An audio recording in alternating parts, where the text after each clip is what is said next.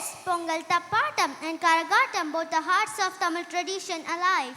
But Tamil Nadu is not only about dance and festivals. It is also a land where stories breathe, characters come alive, and drama has a proud legacy. With vibrant expression and powerful dialogues, our talented performers will transport us into the world of emotions, courage, and culture.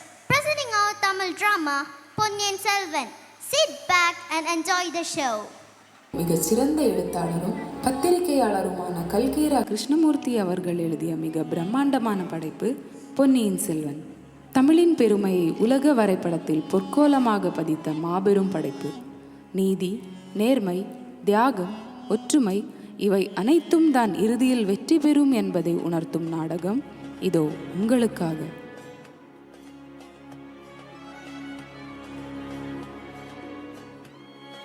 சுந்தர சோழா,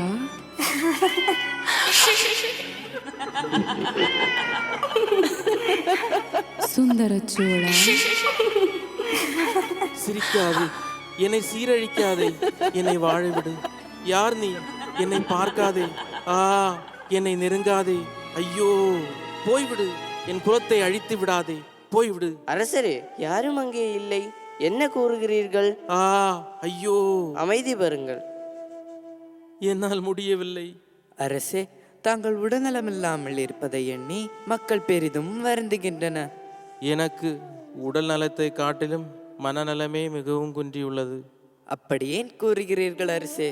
முத்தாக 3 பிள்ளைகளை பெற்றுள்ளீர்கள், பிறகு ஏன் கவலை?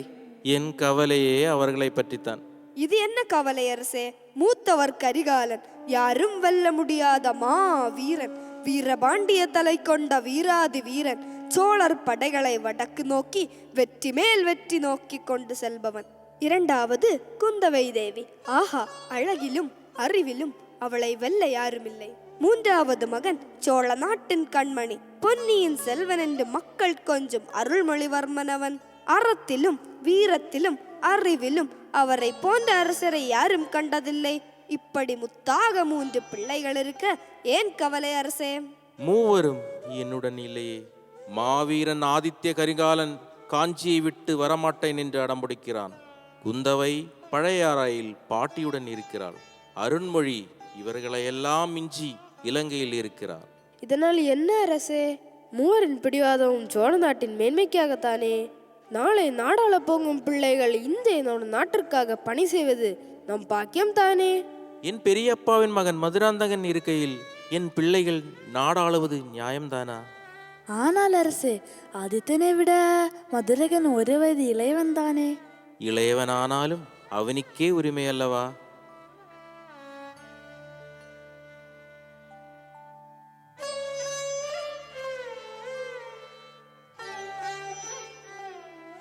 என் 6 நண்பர்களே, வாருங்கள். என் தந்தையின் நிலை குறித்து எனக்கு மிகவும் கவலையாக உள்ளது. சிற்றரசர்களான பழுவேட்டையர்களின் தந்தை கைபொம்மையாக நடத்துகிறார்கள். எனவே என் தந்தை மற்றும் தங்கையை சந்தித்து இந்த ஓலையை கொடுத்து இங்கு அழைத்து வர வேண்டும். ஆகட்டும் அரசே, அந்த பழுவேட்டரையும் நந்தினியையும் தாண்டி வீரபாண்டியனின் தலை கொண்ட தங்களது கட்டளை நிறைவேற்றுவேன். சென்று வருகிறேன். சென்று வா. அரசே, வந்தியத்தேவனின் மொழி கேட்டு உங்கள் முகம் சிவந்தது ஏன்? நாடாளப் போகும் மன்னன் ஏதோ கவலையில் இருக்கிறீர்கள். நான் நாடாளப் போவதில்லை மங்கியே.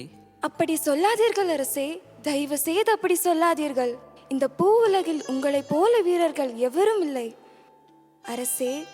ஆனால் ஏதோ அந்த நந்தினியின் பெயர் சொல்லும் போதெல்லாம் மிகவும் வருந்துகிறீர்கள். வீரபாண்டியனின் தலை கொண்ட வீரனாகிய நீங்கள். அதுதான் என் பிரச்சனையே. வீரபாண்டிய தலை கொண்டவர் என்று சொல்லும் போது என் மனம் என்னை குத்தி கொள்கிறது. அது ஏன் அரசே? யாரிடம் சொல்லாத உண்மையை உன்னிடம் சொல்கிறேன், நன்றாக கேள். 60 வயது பழுவேட்டரையர் அந்த 20 வயது பெண்ணை மணந்துள்ளாரே, அந்த நந்தினி, அது உண்மையில் நான் விரும்பிய பெண். ஆனால் காலம் எங்களை பிரித்தது. நான் ஒருமுறை வீரபாண்டியனை துரத்தி கொண்டு செல்கையில் ஏதோ ஒரு வீட்டில் தஞ்சம் புகுந்ததாக கேள்விப்பட்டு உள்ளே சென்றேன். அடிபட்டு கிடந்த வீரபாண்டியனுக்கு உதவியாக என்னிடம் என் தலைவரை விட்டு விடுங்கள், அவரை கொல்லாதீர்கள் என்று கெஞ்சினாள். ஆனால் வெறி கொண்டவனாக என் கைகளால் அவன் தலையை வெட்டி எறிந்தேன். அதனால் என்னை பழிவாங்கவே அந்த 60 வயது பழுவேட்டரையரை மணந்து கொண்டாள். சோழ நாட்டை அழிப்பேன் என்று சபதம் கொண்டாள். இது என்னால் தான். அரசே, கவலைப்படாதீர்கள்.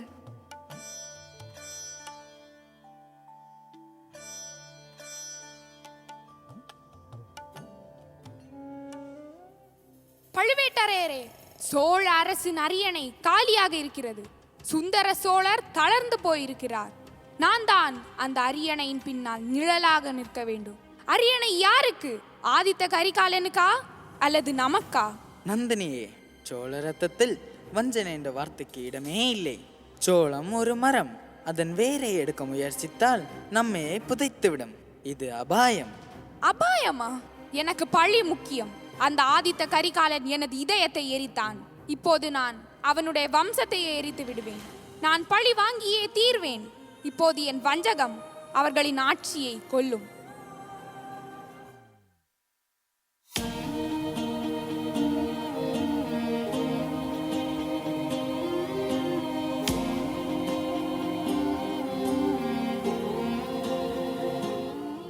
ஆஹா, சோழ நாட்டு வழிகள். ஒரு புறம் நதி, மறுபுறம் மரங்கள். ஆதித்த கரிகாலன் தந்த இந்த கடிதத்தை குந்தவை அரசிக்கும் சுந்தர சோழனுக்கும் சேர்க்க வேண்டும். ஓஹோ, இங்கே என்ன சத்தம்? எங்கும் வஞ்சகம் நிறைந்திருக்கு போல. அட, யார் நீ? இவ்வளவு இரவில் எங்கே பயணம்? நான் சோழ நாட்டின் வீரன். சரி சரி, சென்று வாருங்கள். வாருங்கள். அரசி, ஆதித்த கரிகாலன் போர்க்கள போரில் வெற்றி பெற்று சீக்கிரமாக வருவார். ஆனால் உங்கள் மீது நந்தினியால் வஞ்சகம் நடக்கிறது. அவள் சிரிப்பு பூ போல, ஆனால் அவள் வாசனையில் நஞ்சு. நந்தினி, அந்த பேரை சொல்லும் போதே என் இதயம் நடுங்குகிறது. அவள் சோழம் என்னும் மரத்தில் புழுவாக நுழைந்திருக்கிறாள். அரசி, அவள் எவ்வளவு அழகாக இருந்தாலும் நஞ்சு அவளுடைய நிழலில் இருக்கு.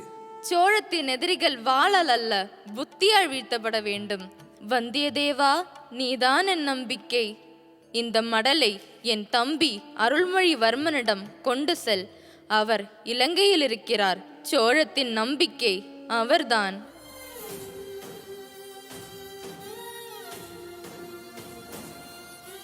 அவளை தவிர வேறு எவரும் அரசகுமாரரை காயப்படுத்த முடியாது. நீ உண்மை சொல்கிறாய். அந்த நந்தினி இப்பொழுது சோழரின் எதிரி. அவளை நேரில் சந்திக்க வேண்டிய நேரம் வந்து விட்டது. பல வருடங்களுக்கு பிறகு இப்படி சந்திக்கிறோம் அரசகுமாரா. நந்தினி, நீ எதற்காக சோழ நாட்டை எதிர்க்கிறாய்? எங்கள் குடும்பம் உன்னை எப்பொழுது துன்புறுத்தியது? என் தலைவர் வீரபாண்டியனை கொன்றது சோழராகிய உன் வாள். போர் என்பது வாளின் விதி. ஆனால் நீ என்னை பழிவாங்க பயன்படுத்துகிறாயா? ஏன்? ஆம், சோழ நாட்டின் அழிவை காணும் நாளுக்காகத்தான் நான் உயிரோடு இருக்கிறேன். நந்தினி, இது நம்பிக்கை துரோகம். ஐயோ, ஆ!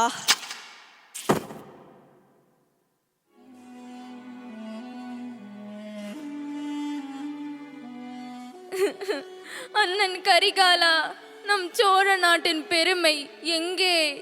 தேவி, அழாதீர்கள். அக்கா, நம் நாட்டை பிளக்க நினைக்கும் இந்த வஞ்சனைகளுக்கு முடிவு வைக்கும் பொறுப்பு இப்போது என் கையில் உள்ளது. சோழ நாட்டையும் நீதியையும் நிலைநாட்டுவேன். சோழம் என்றால் ஒற்றுமை. வெற்றி வாளின் நுனியில் இல்லை, நியாயத்தின் உள்ளத்தில் இருக்கிறது. சென்று வருகிறேன்.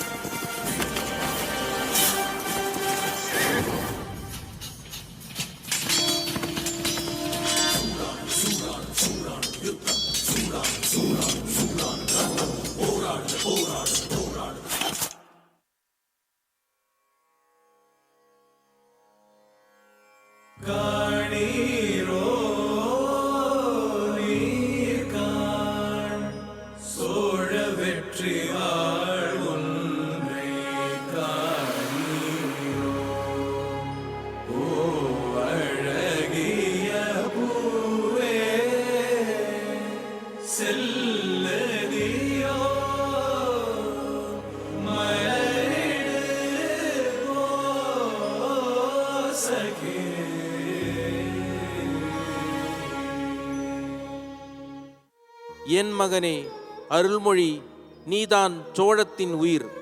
நாட்டை வஞ்சனையிலிருந்து உன் உயிரை தியாகம் செய்து காப்பாற்றிய உன் தியாகம் சோழ வரலாற்றில் பொன் எழுத்துக்களாக பொறிக்கப்படும். அப்பா, நான் என் கடமையை செய்தேன். இந்த நாட்டை காப்பாற்றியவர்கள் நம் வீரர்கள். இந்த வெற்றி எனது அல்ல, இது சோழ மக்களின் வெற்றி. அவர்கள்தான் உண்மையான பொன்னியின் செல்வர்கள். சோழம் வாழ்க, தமிழ்நாடு வாழ்க, சோழம் வாழ்க.